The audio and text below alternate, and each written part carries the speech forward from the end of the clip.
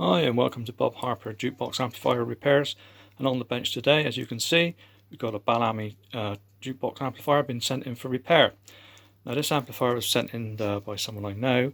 Unfortunately what happened, as the amplifier was sent to him, the valves were in the wrong place. So the output valves were fitted there and the ECC 82 and 83 were fitted over there.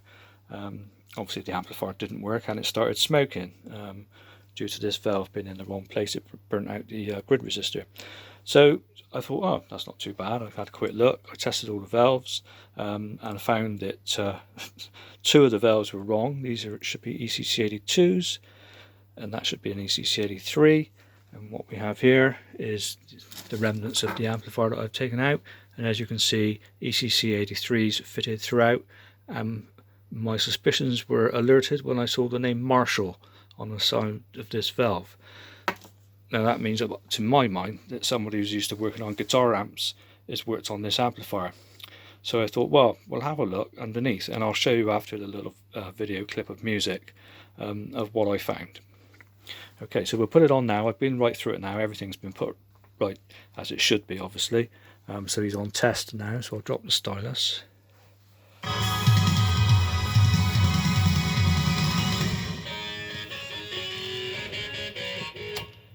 Treble cut, normal position, bass cut,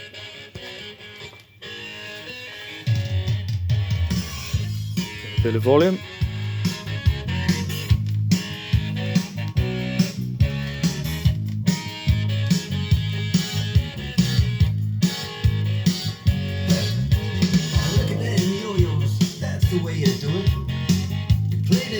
so we drop my volume back down. So yes, he sounds nice now, and assuming that the rest of the jukebox is right with the correct speakers and the correct magnetic cartridge, it should sound great in the little junior jukebox. So what I'll do now, I'll pause this video and we'll turn the amplifier over. So obviously now we're on the underside of the amplifier. I thought I'd have a close look. There's a lot of new resistors that you see were fitted here, and capacitors have been replaced by the engineer who worked on it last. He's also done away with the rectifying valve and put a couple of diodes there. I don't like that, but to be honest, it's only for repair, so I'll leave it as is. But I don't like that because I just turn the amplifier on, it gives the full HT voltage to the rest of the amplifier valves before they've had a chance to warm up. But that's a mod that's been done and it works, so I'm going to leave that. Obviously they could easily be undone and a new EZ81 put in there, which are about 20 quid, 25 quid, something like that.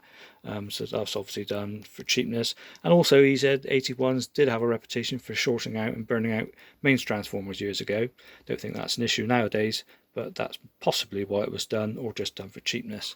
But anyway, looking at the rest of the amp, the engineer had replaced these electrolytic caps, which are the main smoothing caps. I thought, fine, that all looks okay. And then I thought, well, let's check some voltages throughout this amplifier. And they were all over the place, even with the correct valves now put back in. And what he'd done, he changed the values of plate resistors, the cathode resistors everywhere. I don't quite know what he was trying to do. He's obviously lowering the gain of this first valve here, because these are 150k and down to 47k. He's taken out the cathode bypass resistor here on the second valve. That was out of circuit. So he's trying to get the gain down there. But of course he had ECC 83s in it, which are a lot more gain than ECC 82s. So that might have been the problem he was up against. If it had the correct valves in it, he might not have had to change all these resistors. There's a few capacitors in there that were left from before, which I've now replaced. But basically everything you see with yellow sleeving on is what I've just done. Apart from these yellow wires here, obviously the sockets they're missing the plug, so the owners put these yellow wires to connect to the rest of the jukebox, but that's nothing to do with me. So yes, all the components you see with the yellow sleeving on are the ones I've just replaced. Amazing. Danger of giving your jukebox amplifier to a guitar engineer. Okay, thanks a lot for watching.